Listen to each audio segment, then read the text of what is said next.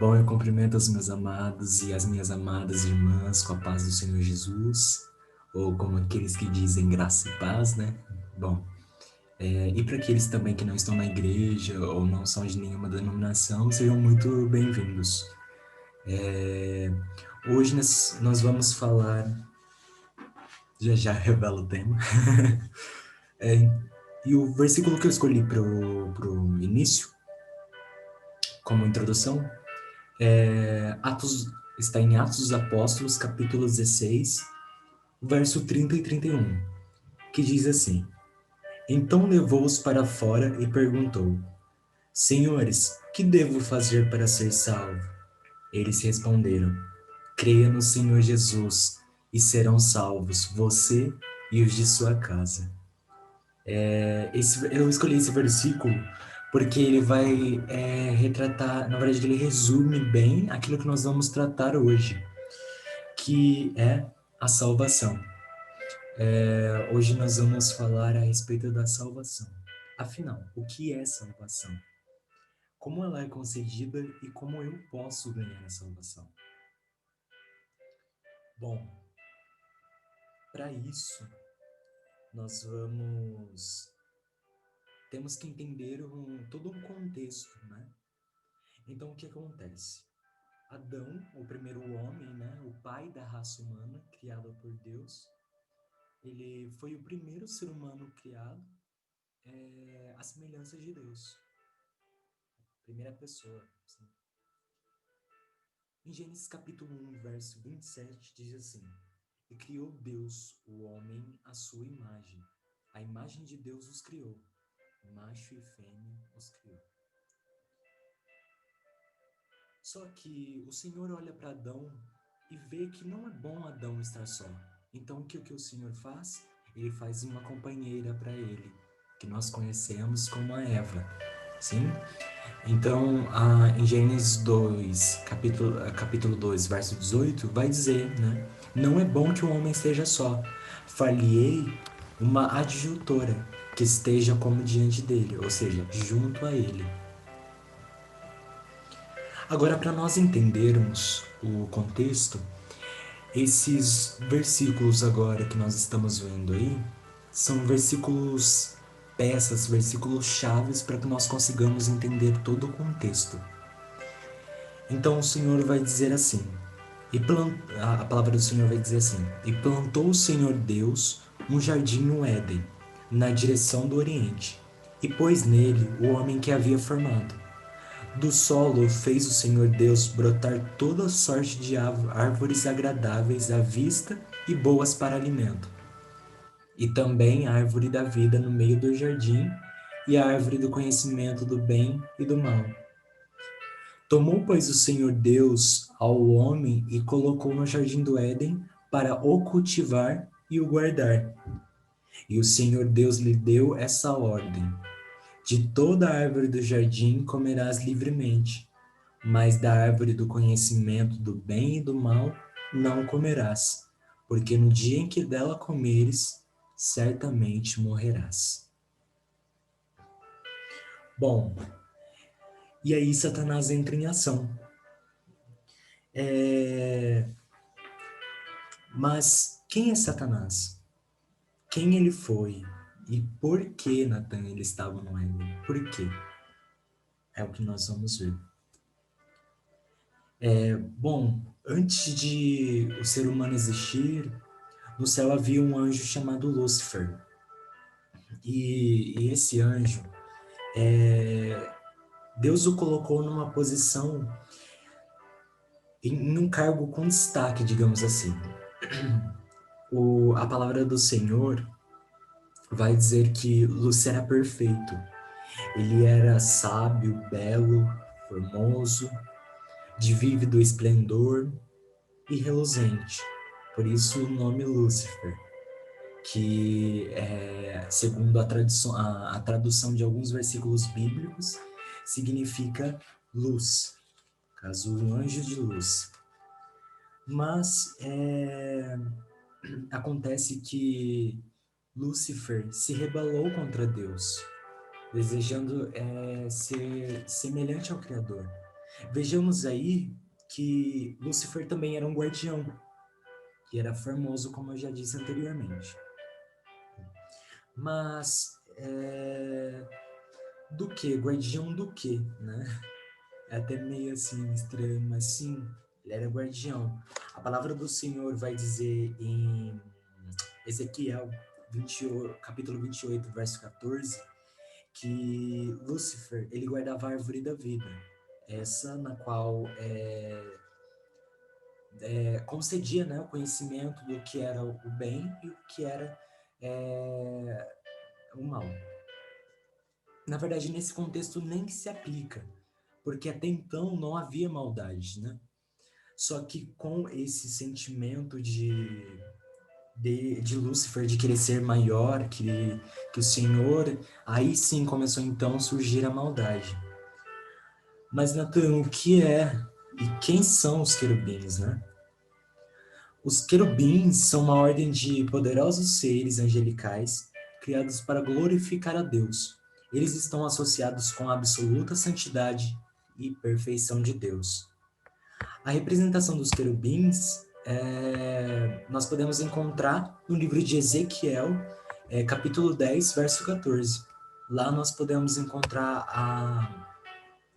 a representação de como eram os querubins.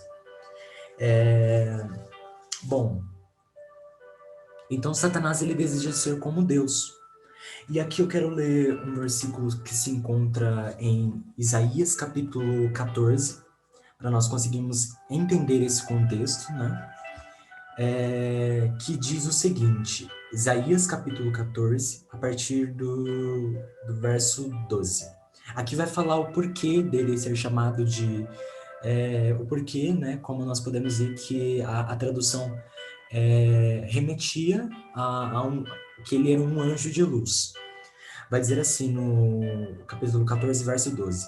Como caíste do céu, ó estrela da manhã, filha d'alva, como foste lançado por terra, tu que debilitava as nações, e tu dizias no teu coração, eu subirei acima das estrelas de Deus, exaltarei o meu trono, e no monte da congregação me assentarei, da banda do lado dos nortes. Subirei acima das mais altas nuvens e serei semelhante ao Altíssimo. E contudo, levado serás ao inferno, ao mais profundo do abismo. Então, o Senhor ali, na verdade, Satanás, né? Ele começa a ter esse desejo profundo de ser maior que Deus.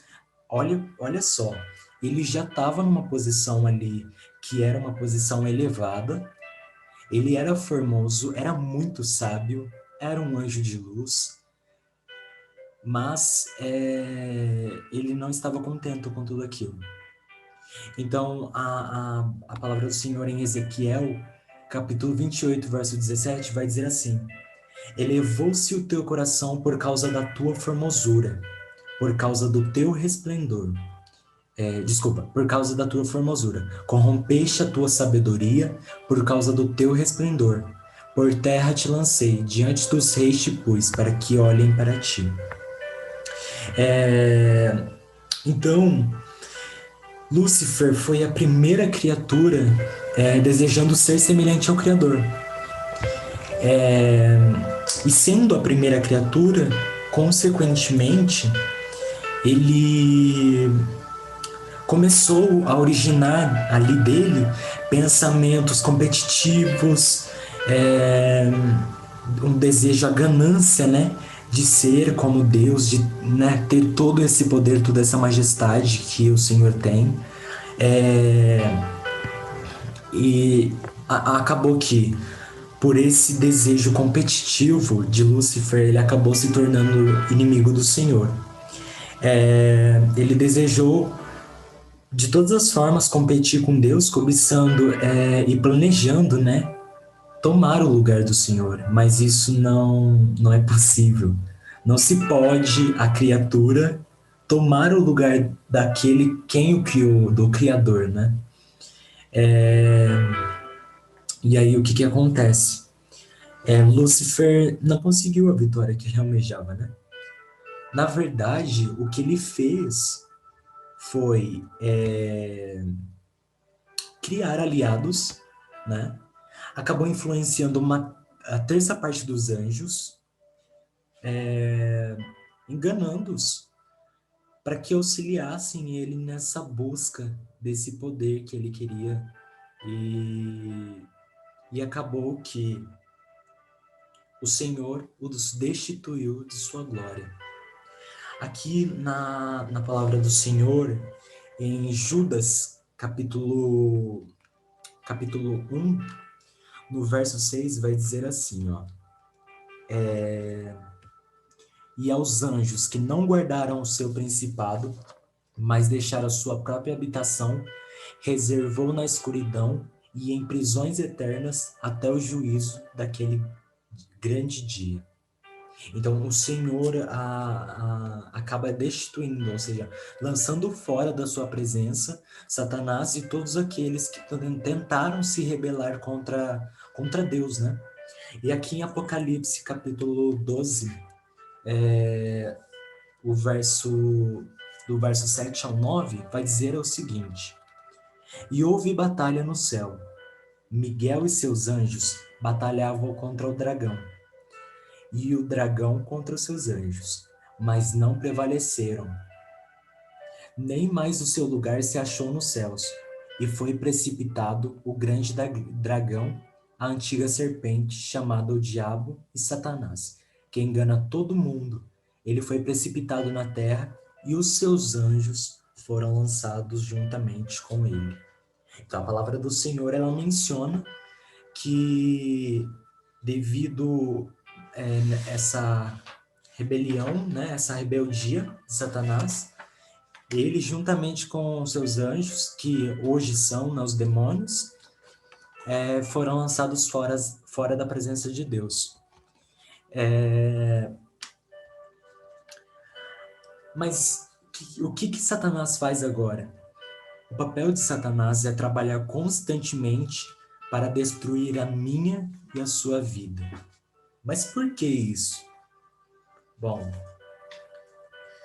voltando ao contexto, logo responderei essa pergunta. Satanás, então, começa a sua busca por corromper aquilo que havia sido criado por Deus e a sua semelhança. Mas você deve estar se perguntando, Nathan, por que que a serpente estava no paraíso? Por que que a serpente estava no Éden?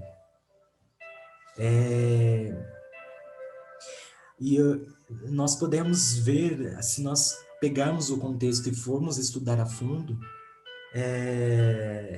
isso, na verdade, nem precisa de um estudo a fundo, profundo nisso, sabe? Porque a terra que Adão e Eva habitam no início é a terra. Então, na verdade, eles estavam na terra, ou seja, um paraíso terrestre que o Senhor havia criado, né? O Senhor havia criado e uma terra feita com muito carinho. Mas por que a serpente estava lá? Justamente porque Deus, ele nunca forçou ninguém a servi-lo. Ele nunca quis se autoafirmar como Deus. Porque para isso tem milhares de seres que o adoram. O sol proclama sua glória, o dia, a lua, as estrelas. A palavra do Senhor, ela relata isso. Que um dia proclama outro dia. Então, assim, Deus, ele não precisa se desculpa. Deus, ele não precisa se autoafirmar como Deus. Então, o que acontece? Deus havia dito, não comerás desse fruto, certo? Porque o dia que comeres dele, certamente morrerás, e também terás ciência entre o bem e entre o mal. Então, o Senhor deixou um livre-arbítrio. Digamos que ele deu a possibilidade de Adão e Eva, assim como nós falamos, assim, um ditado popular, né? Ver os dois lados da moeda. Então, Adão e Eva, eles não precisavam, mas é, podiam. Quer dizer, o aconselhável era que eles não fizessem, mas acabaram fazendo. E o Senhor deu direito de escolha. O Senhor disse, não farás. Mas o Senhor não estava ali, tipo, eu vou te tá aqui o tempo todo para te impedir de não fazer isso. Não. E assim é hoje. O Senhor, ele deixa você escolher. Você quer seguir os caminhos dele ou você quer optar por fazer o mal, por fazer as vontades de Satanás? Então, o Senhor, ele vai conceder, sempre concedeu esse livre-arbítrio, o direito de escolha. Então, o que que acontece? Satanás, astuto, né? A palavra do Senhor vai dizer assim, ó, em Gênesis capítulo 3, do verso 1 ao 7. Ora, a serpente era mais astuta que todas as alimárias do campo que o Senhor Deus tinha feito. E esta disse à mulher, é assim que Deus disse, não comereis de toda árvore do jardim? E disse a mulher à serpente, do fruto das árvores do jardim comeremos, mas do fruto da árvore que está no meio do jardim disse Deus, não comereis dele, nem neles tocareis para que não morrais.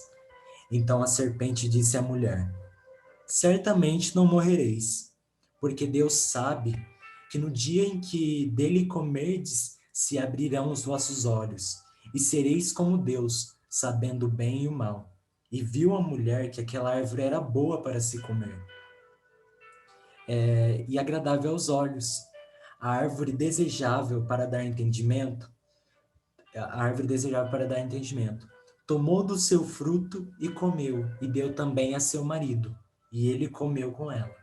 Então foram abertos os olhos de ambos, e conheceram que estavam nus, e cozeram folhas de figueira, e fizeram para si aventais. Sabe o que eu vejo nisso? É a característica ali de Satanás é, é muito visível, né? Essa presença dele de novamente ali tentando querer tomar a glória de Deus, mas dessa vez, como ele já não poderia fazer, ele influenciou outras pessoas, ou seja, ele já tinha influenciado os anjos que caíram com ele e ainda queria influenciar o homem, né? E a mulher que Deus havia criado à sua semelhança. E nós podemos notar essa presença astuta de Satanás quando ele diz assim, porque certamente não morrereis, porque Deus sabe que no dia em que dele comer, se abrirão os vossos olhos. Eu vejo aí um tom de, tipo assim, vocês podem ser iguais a ele. Se vocês comerem desse fruto, ele sabe que vocês serão iguais a ele. Ou seja, isso era o desejo que Lúcifer tinha. E tem ainda, né? Então, Satanás sempre quis se parecer com Deus e influenciou a Eva pecar contra o Senhor, pecar contra Deus e ainda Adão, né, acompanhado por sua esposa, pecou juntamente com ela. E outra coisa que nós devemos notar aqui é que Satanás, ele sempre nos apresenta coisas que aos nossos olhos parecem coisas prazerosas, coisas que aos nossos olhos são agradáveis, quando na verdade aquilo é tudo apenas uma ilusão. É aquela famosa frase, né, de Satanás, famosa não, digamos que a palavra do Senhor também relata, né, que Satanás se transformar em um anjo de luz, né? Ele fazer com que as coisas se pareçam aprazíveis, que sejam boas, quando tudo, na verdade, não passa de um engano. E aí, o que que acontece? Adão e Eva pecou contra o Senhor. E aí, o que que acontece? Pela desobediência, consequentemente, levaram Adão e Eva ao castigo. E qual foi o castigo? O Senhor os destituiu também do jardim do Éden.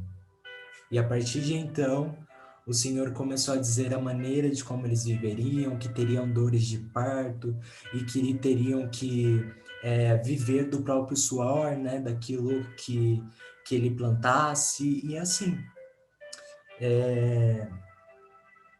Então, a desobediência ao Senhor, ele não vai fazer com que você não desobedeça a ele. Como eu disse, você tem o livre-arbítrio para fazer aquilo que você considera que é aprazível, que é certo. Só que toda decisão tem uma consequência. E no caso, a desobediência levou ao castigo. Então, Adão e Eva foram expulsos do Éden. Então, os pais da humanidade dão a luz ao pecado. E Romanos 5:12 diz: o pecado entra no mundo por um homem. E como eu já disse anteriormente, o pecado ele sempre vem disfarçado. Então, os pais da humanidade pecam pela primeira vez e o pecado entra no mundo. Mas e agora? Toda a humanidade terá que pagar por isso? A resposta é não. E é aí que começamos a entender o amor que Deus tem por nós. O Senhor, ele é um Deus tão misericordioso que mesmo após a desobediência de Adão e Eva, por amor à nossa alma, nos concedeu o direito de salvação.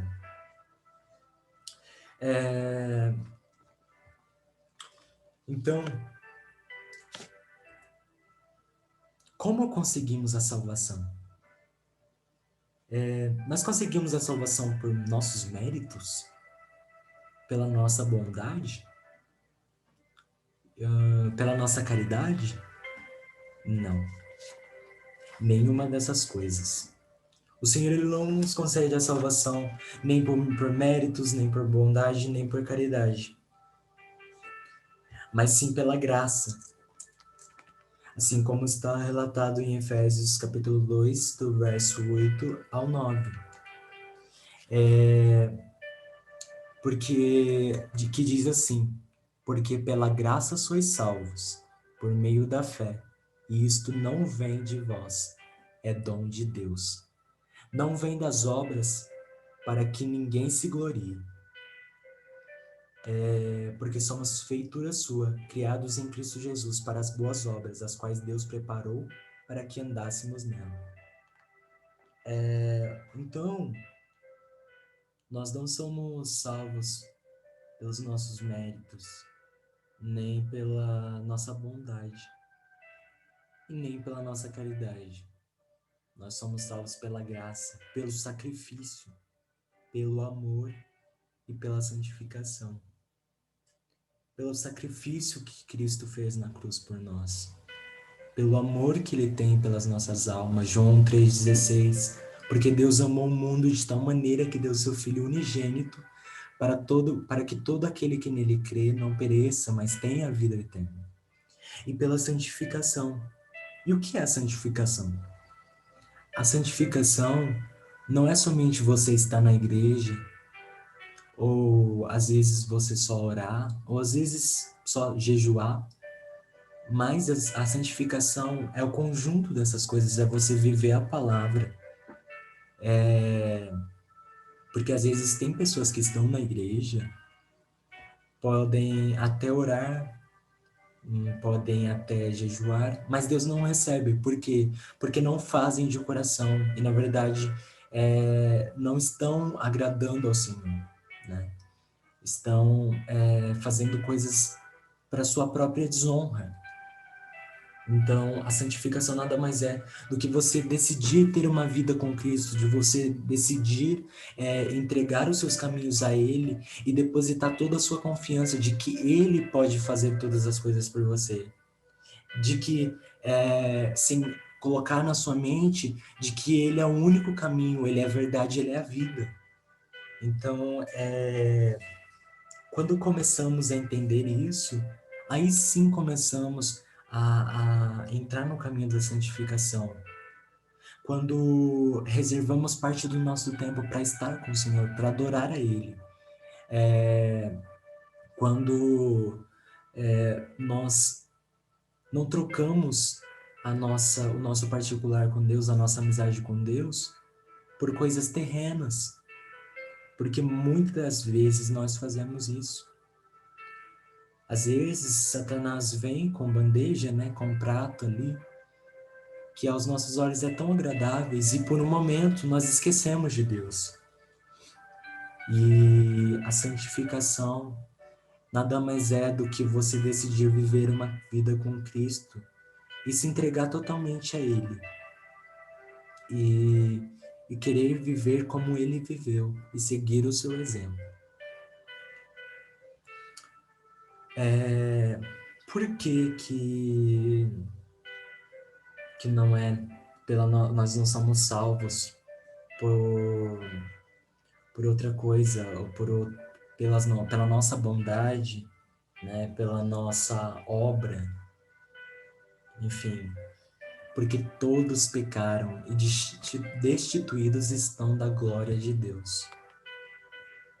Mas e aí, Natan? Por isso, nenhuma carne será justificada diante dele pelas obras da lei, porque pela lei vem o conhecimento do pecado, mas agora se manifestou sem a lei a justiça de Deus, tendo o testemunho da lei e dos profetas, isto é, a justiça de Deus pela fé em Jesus Cristo para todos e sobre todos os que creem, porque não há diferença. Mas, voltando aqui, pelo sacrifício, nós podemos pensar, se foi pelo sacrifício, às vezes alguém pode se perguntar, se nós somos salvos, né? Se nós somos salvos pelo sacrifício que foi feito na cruz por Jesus, e quem morreu antes, né? E quem morreu antes do sacrifício? Mas aí é que tá. A diferença é que a diferença entre nós, né, do Novo Testamento após Cristo, aqueles que estavam antes, eles foram salvos pelo Messias, pelo Cordeiro que havia de vir. Que o Senhor sempre havia, né, mencionado que ele havia de vir. E a diferença é que eles foram salvos pelo Messias, pelo Cordeiro que havia de vir ao mundo. E nós somos salvos pelo Cordeiro que veio ao mundo. Essa é a grande diferença, pelo Messias que já veio. Porque a Bíblia relata que o Cordeiro ele já estava preparado antes da fundação do mundo. Às vezes pode até ser complicado conseguir entender esse contexto, visto que Jesus, que Deus ele trabalha de uma forma diferente, ele trabalha com um tempo diferente, né? Nós podemos ver na palavra dele que fala um dia para Deus é como 1000 anos e 1000 anos é como um dia. Então, esse limite, nós estamos limitados ao tempo, mas o Senhor não. Então, às vezes é complicado conseguir entender. Mas o Espírito Santo, se você não consegue entender isso, peça para o Espírito Santo para que ele possa te dar discernimento para conseguir entender isso. E, assim, então, esse sacrifício, né, que já estava previsto antes da fundação do mundo, todos foram salvos por ele, mesmo aqueles que viveram antes do sacrifício e nós que estamos vivendo após esse sacrifício. Agora, continuando aqui,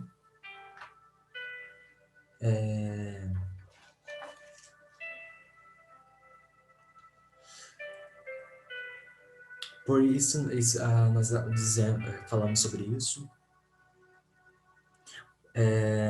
E voltando um pouquinho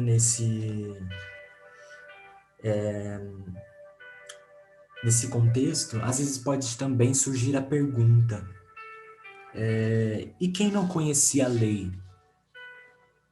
Ou muito menos sabia que o Messias viria, né? Aqueles que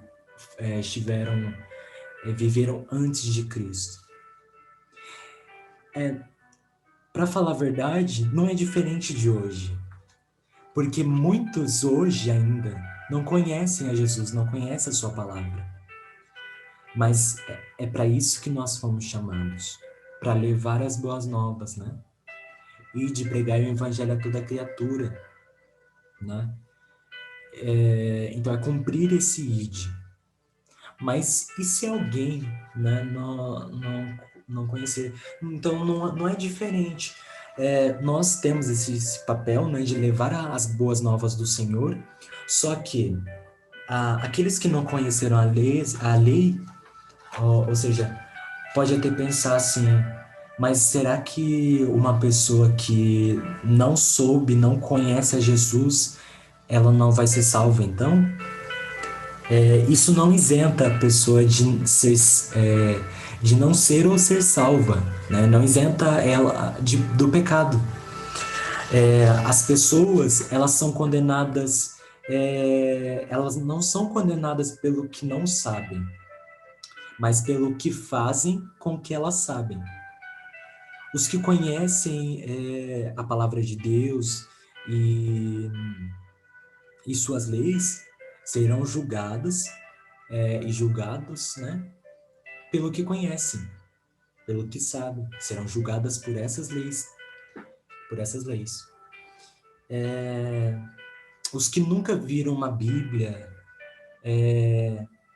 mesmo não tendo lido ou tendo visto uma Bíblia, ainda consegue discernir o que é certo e o que é errado. E serão julgados, né, por infringir os padrões que suas próprias consciências ditavam. Ou seja, trazendo para um exemplo atual. Uma pessoa ela pode até não conhecer a Deus, não pode conhecer a Jesus, mas, por exemplo, o homicídio. O homicídio é considerado, diante da lei, um crime, né? E para Deus também um pecado. Só que se a pessoa não conhece a Deus, a mente dela, né? A mente dela consegue discernir que aquilo é errado, que aquilo não pode ser feito em hipótese alguma, mas tem gente que ainda faz. Ou seja, não necessariamente aquelas pessoas que não conhecem a Jesus vão ser diretamente condenadas, mas as suas, assim como nós, as nossas ações vão ditar isso, né? Se nós, então, não tem como ninguém ser isento disso. Todos somos pecadores e, e todos, né, como nós lemos anteriormente, todos nós somos destituídos da glória do Senhor. Agora, seguindo, continuando adiante, Natan, mas essa salvação, ela possui algum valor? Sim, ela possui. Mas esse valor já foi pago quando Deus entregou seu Filho para morrer pelos nossos pecados na cruz do Calvário. Não custou dinheiro, nem nada do tipo. O custo, o valor foi pago com preço de sangue. Mas ele suportou e foi até o fim. Para que hoje nós tivéssemos a oportunidade de ser salvos. Então, por que Satanás trabalha contra a minha e a sua vida? A palavra do Senhor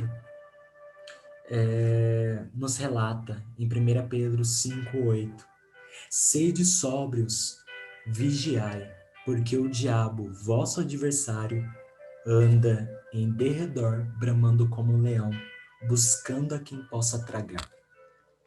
Ou seja, Satanás ele vai tentar de todas as formas te tirar da presença de Deus. Ele vai tentar de todas as formas que você tenha o mesmo fim que ele, né? Que você seja destituído novamente. Porque quando o Senhor ele vem e morre por nós, ele nos torna aptos novamente a fazer parte daquele reino que ele preparou para nós, daquilo que ele preparou para nós. Mas aí Satanás vem, muitas das vezes, disfarçado de algo, tentando te tirar da presença de Deus. Às vezes uma breve distração ou algo do tipo podemos ver que é suficiente para tirar você da presença de Deus, visto que Adão e Eva desobedeceram, né? E é importante mencionar também que para Deus pecado não tem tamanho, ou seja, aquele que comete um homicídio e aquele que conta uma mentira, ambos têm o pecado do mesmo tamanho. O pecado ele não tem o tamanho, entende? Os dois pecaram. Então não tem, para Deus não tem essa diferenciação. Pecado é pecado. O que nós devemos fazer é apenas vigiar quanto a esse tipo de coisa, para que nós não venhamos a ter um final como Satanás, né? E olha para ver, Satanás ele não queria que esse sacrifício fosse feito, porque ele sabia que não teria autoridade sobre as nossas almas. Ou seja, ele não poderia fazer mais nada se esse sacrifício fosse concretizado. Lembra que eu disse que esse sacrifício ele já estava previsto antes da fundação do mundo? Então, Satanás ele sabia que se esse sacrifício fosse feito, ele perderia a autoridade que ele tinha sobre as nossas almas, né? Visto que Jesus foi e tomou a chave do inferno, né? E olha só que interessante, em Mateus capítulo 16, do verso 21 ao 23, vai dizer assim, ó: Desde então começou Jesus a mostrar aos seus discípulos que convinha ir a Jerusalém e padecer muitas coisas dos anciãos, e dos principais dos sacerdotes e dos escribas, e ser morto e ressuscitar ao terceiro dia. E Pedro, tomando-o de parte, começou a repreendê-lo, dizendo: Senhor, tem compaixão de ti, de modo nenhum te acontecerá isso. Ele, porém, voltando-se, disse a Pedro: Para trás de mim, Satanás. Você é uma pedra de tropeço para mim e não pensa nas coisas de Deus, mas nas dos homens. Olha, o que está acontecendo aqui nesse cenário? Pedro, né, tomado por Satanás naquele momento, e o Senhor ali discerne, sabe, né? Isso é até incrível, assim, nós vemos. E Deus é tão poderoso e repreende, porque ele sabe que é Satanás que está falando através de Pedro. Mas por que ele consegue discernir isso? Primeiro que ele é o Senhor, ele é Deus, né? E segundo, porque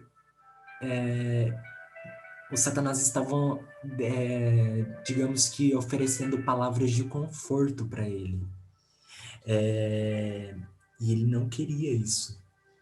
Jesus não precisava disso, porque, como eu disse, isso já estava. é, é, Ele já tinha sido preparado desde a fundação do mundo para morrer por os nossos pecados. E Satanás estava meio que dizendo assim: de modo algum te acontecerá isso, não vai acontecer isso, calma, né? Mas ele sabia de todas as coisas. E Satanás meio que queria que ele, né? Queria, porque já aconteceu, queria que não acontecesse, porque ia se com o que importava para Jesus ali não é se com a dor que ele ia sentir, com o desprezo que ele ia levar ali, com as dores, né, que ele ia sentir e tal. Não era com isso que ele estava se preocupando. O que ele estava se preocupando era com que a palavra fosse cumprida. É por isso que a palavra do Senhor diz: passarão os céus e a terra, mas as minhas palavras não vão de passar. Se aquilo não acontecesse, como a Pedro, né, ali sendo utilizado na ocasião por Satanás, dizendo, isso não te acontecerá. É como se Deus rompesse, a sua palavra fosse quebrada, sabe? Então, o Senhor o repreende, porque isso vai acontecer, ele já sabe que ele vai ter que passar por isso, o que importa para ele é o propósito maior ali, que é nos oferecer a salvação, que é cumprir as Escrituras. Então, é muito importante essa passagem. Se você tiver um tempinho, para meditar nela, porque ele não aceita essa palavra de conforto, porque ele sabe que é necessário, que é mister acontecer isso. Natan, e se ele não tivesse morrido por nós? Vamos ler aqui um versículo que diz assim: verdadeiramente ele tomou sobre si as nossas enfermidades e as nossas dores levou sobre si. E nós o reputamos por aflito, ferido de Deus e oprimido. Mas ele foi ferido pelas nossas transgressões e moído por nossas iniquidades. O castigo que nos traz a paz estava sobre ele, e pelas suas pisaduras fomos sarados. Todos nós andamos desgarrados como ovelhas, cada um se desviava pelo seu caminho, mas o Senhor fez cair sobre ele a iniquidade de todos nós. Ele foi oprimido, mas não abriu a boca. Como um cordeiro foi levado ao matadouro, e, como a ovelha muda perante os seus tosqueadores, ele não abriu a boca. Sabe o que eu vejo aqui? O grande amor que ele teve por nós. Ele aceitou todo esse sofrimento calado, sem abrir, morreu como um cordeiro mudo, né? Então, ele tomou as nossas dores sobre si. E o que o sentido respondendo à pergunta aqui, o que aconteceria se ele não tivesse morrido por nós? As nossas dores, as nossas enfermidades não teria sido tomada, sabe? Não teria sido, nós teríamos que carregar uma cruz muito pesada.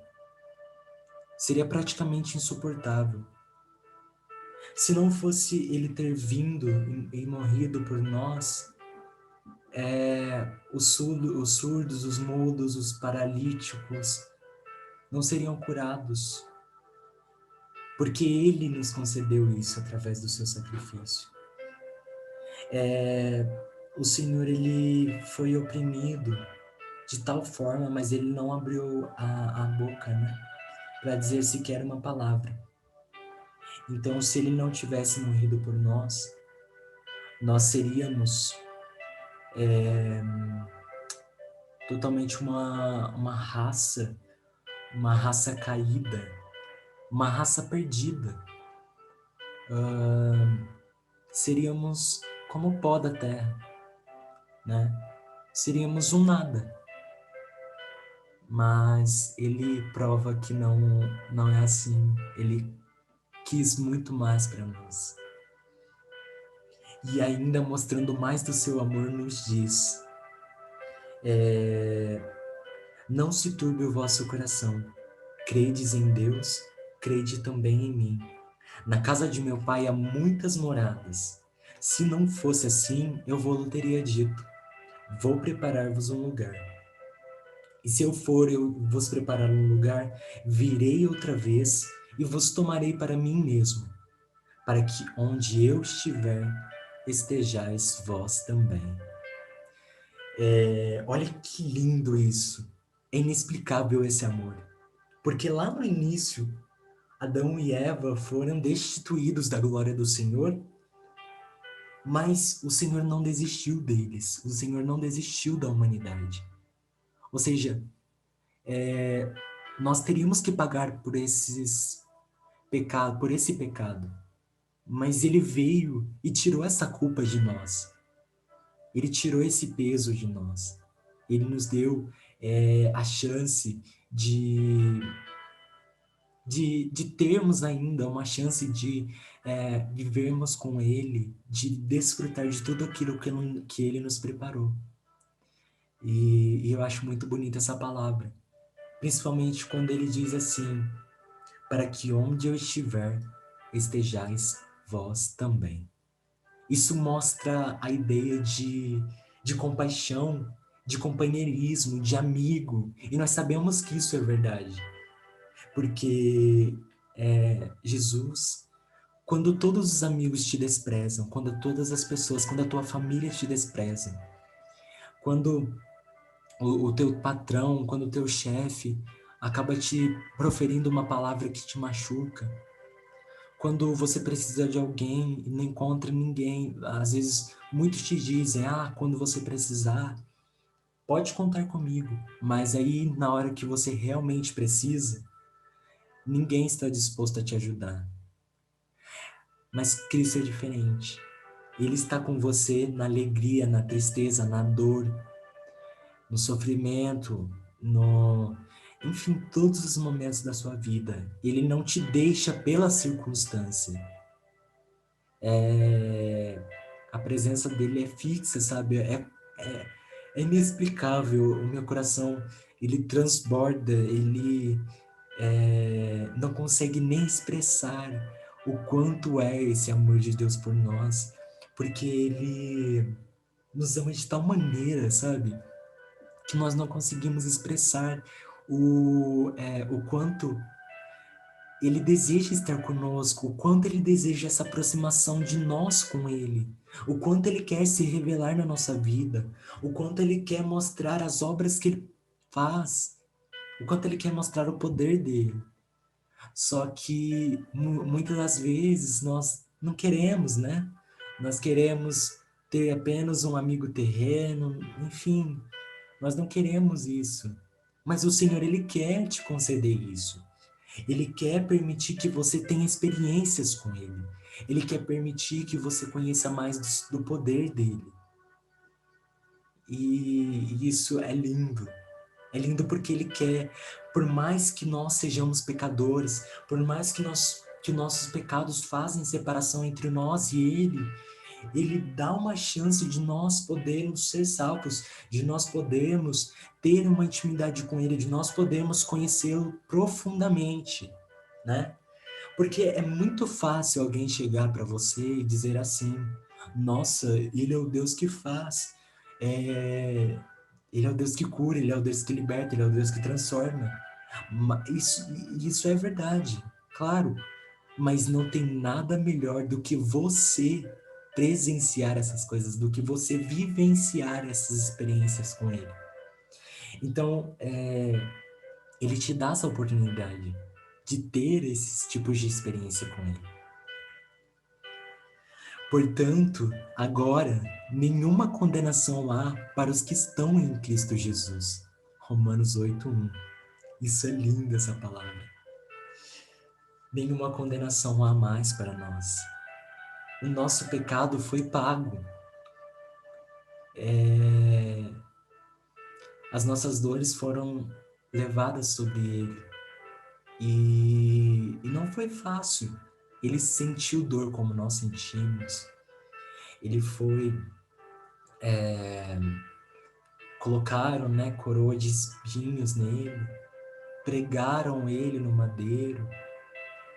Arrancaram, deslaceraram a sua carne. Né?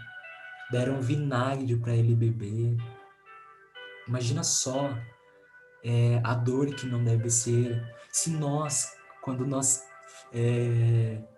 às vezes ali estamos fazendo a determinada coisa e acaba levando um arranhãozinho ou algo assim, se nós colocamos algo ácido ali, queima. Imagina ele que estava todo ferido, todo machucado, com feridas abertas. A Bíblia relata que os chicotes, né, na ponta dos chicotes que utilizaram para para ferir ali Jesus, né? Tinham como que pontas, coisas como se fosse pregos, sabe? Que conforme eles batiam, entravam na carne, conforme puxavam, isso abria, rasgava a carne dele. E isso, imagina só como que é colocar um ácido nisso. Imagina só. Imagina ter que aguentar o peso dos cravos na mão, nos pulsos, né?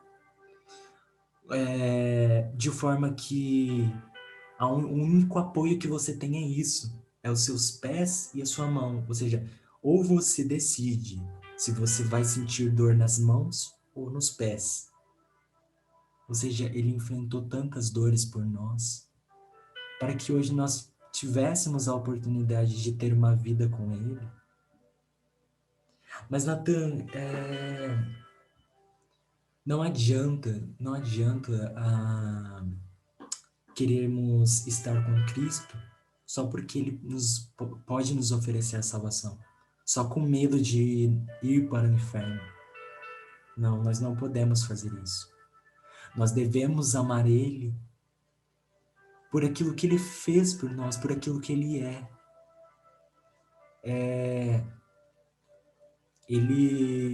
Nós devemos amar a Deus sobre todas as coisas, né?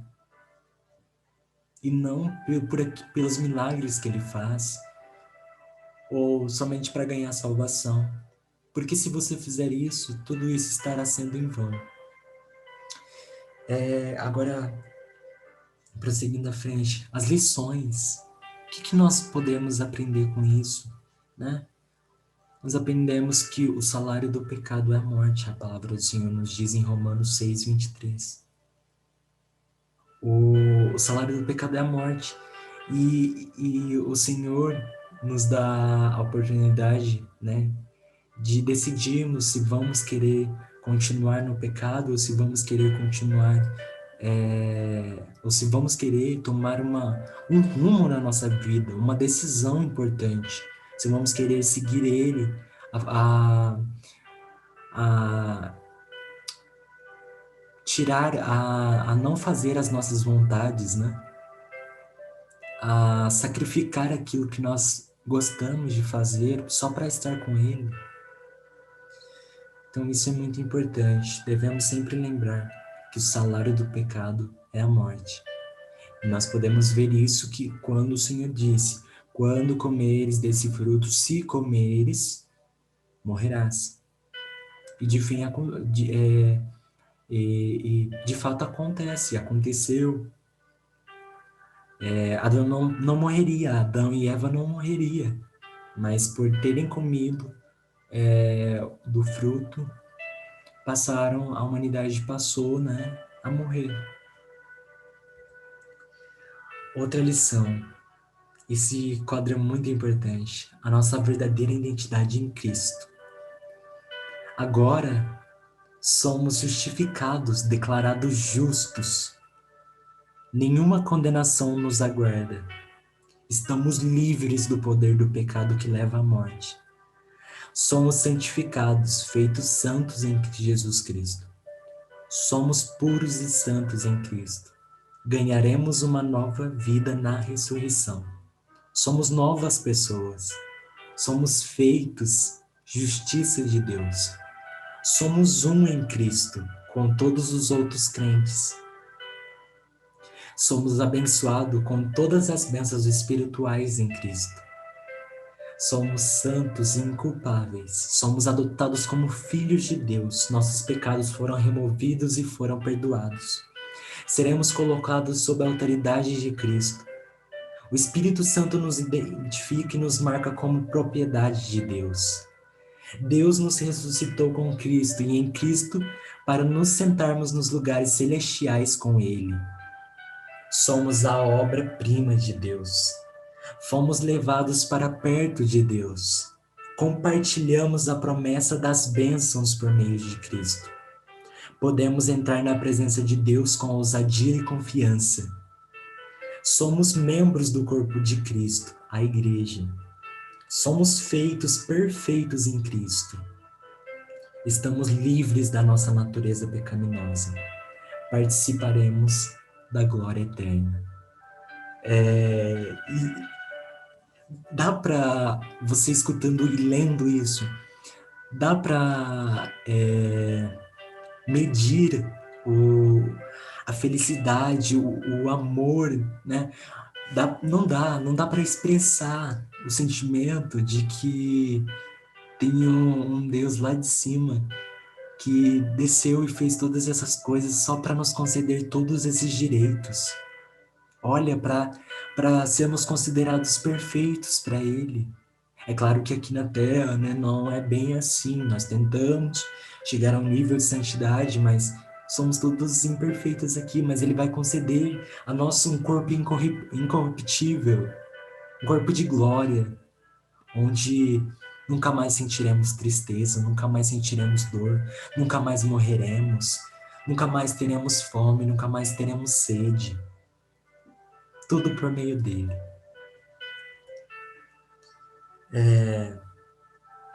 Somos novas pessoas em Cristo. Nossa vida antes e depois de Cristo, olha só. Antes, mortos por causa do pecado. Depois, vivificados com Cristo.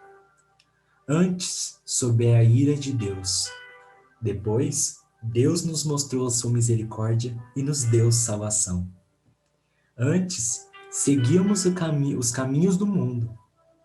Depois, assumimos uma posição firme a favor de Cristo e a favor da verdade. Antes, inimigos de Deus. Agora, filhos de Deus. Antes, escravizados pelo diabo. Agora, livres em Cristo para amar, servir e nos sentarmos com Ele. E antes, seguíamos nossos maus pensamentos e maus desejos. Agora, depois, ressuscitados com Cristo para participarmos da sua glória. Olha que lindo isso. E então é isso. Eu espero que o Senhor ele tenha falado no seu coração, assim como ele falou para mim, né? Porque a palavra ela vai, mas ela não volta vazia. Da mesma forma como fala com você, ela também fala comigo. A palavra do Senhor ela é como uma espada aguda, né, de 2 fios, que penetra na divisão da alma e espírito. E é isso. Para ganharmos a salvação, basta agora aceitarmos esse sacrifício que Ele fez por nós, reconhecermos esse sacrifício, saber que um dia Ele se dispôs a fazer isso por nós, para que eu e você tivéssemos o direito da vida eterna. Então, que essas palavras possam ficar no seu coração e que o Senhor ele possa se desvendar na sua vida, que você possa querer falar com Deus, Senhor, eu quero viver isso, eu quero poder conhecer esse poder, eu quero poder conhecer, eu quero poder ter essa intimidade com o Senhor. E é isso que eu quero que vocês entendam.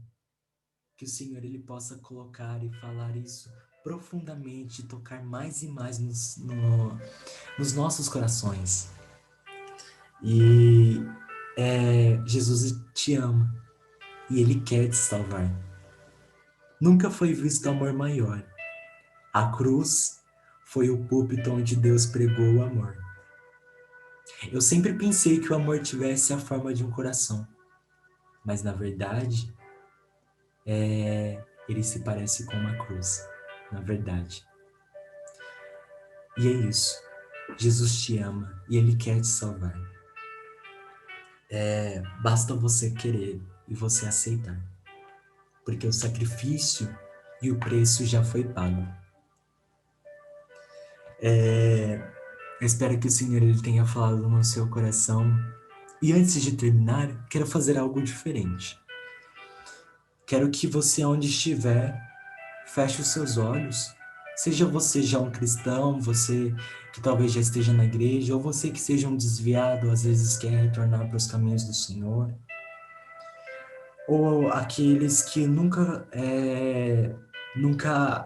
aceitaram, né, a Cristo como seu Salvador, mas que agora querem fazer parte dessa vida, querem poder ter essa intimidade com o Senhor, e querem poder vivenciar essas experiências, querem colocar o seu amor por Ele em prática. Eu quero que você, nesse instante, feche os seus olhos nesse momento, que eu estarei orando pela sua vida. E que o Senhor, Ele possa te fazer uma nova pessoa. A palavra do Senhor diz que aquele que me reconhecer diante dos homens, eu também o reconhecerei no dia do juízo. Então, se você... misericórdia. Se você deseja ter essa vida com Cristo, feche os seus olhos e você...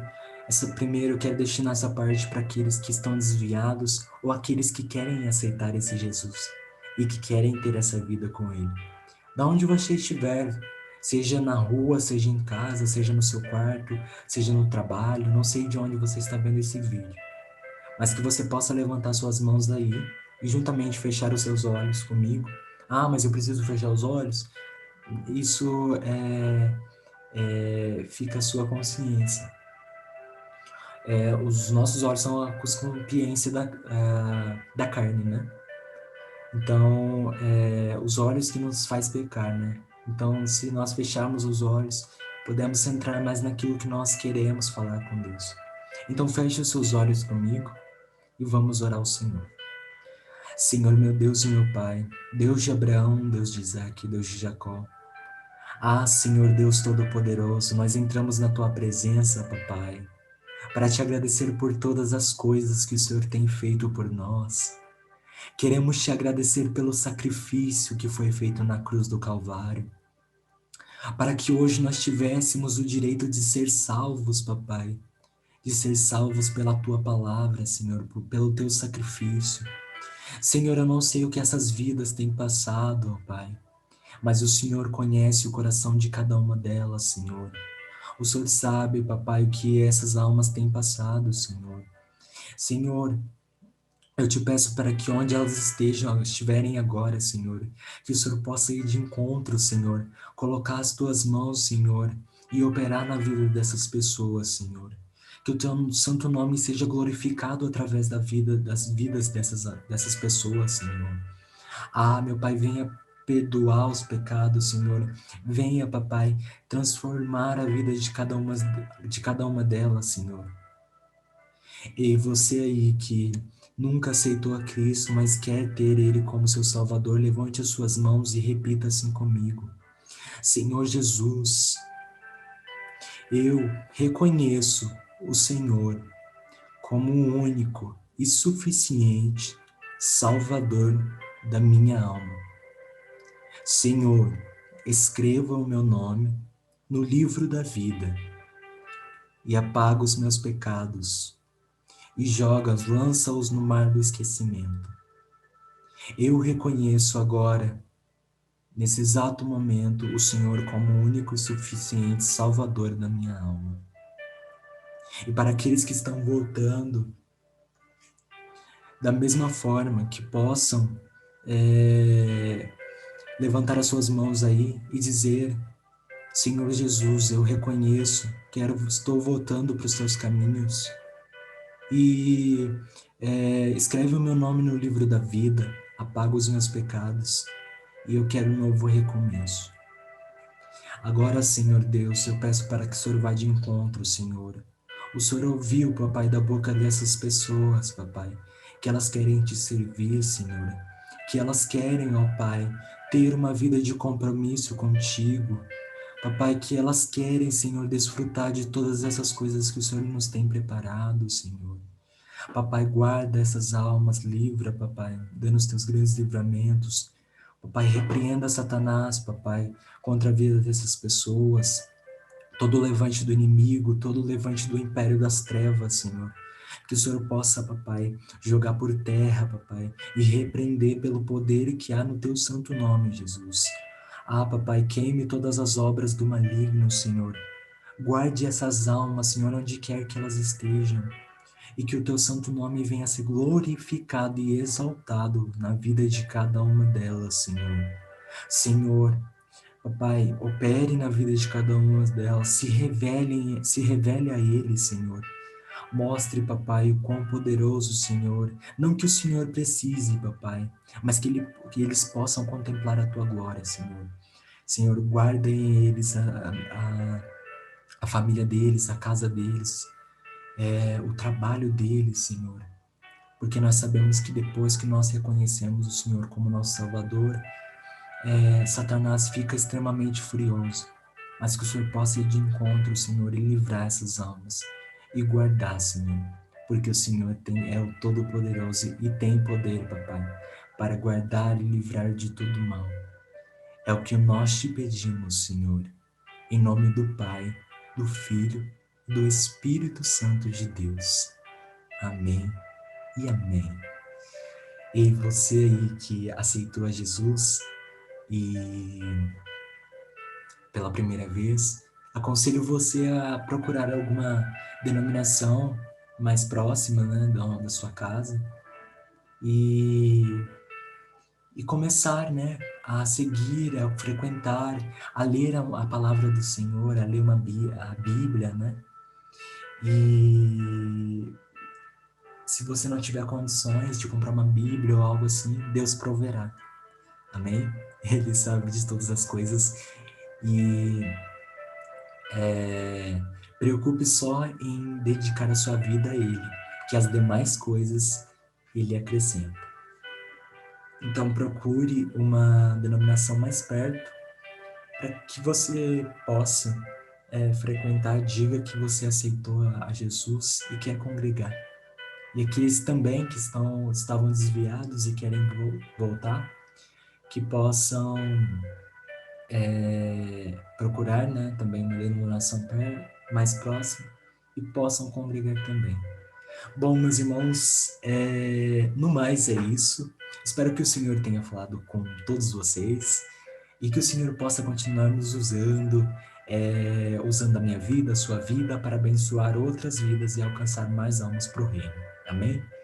E eu quero e que a paz do Senhor Jesus esteja com todos vocês.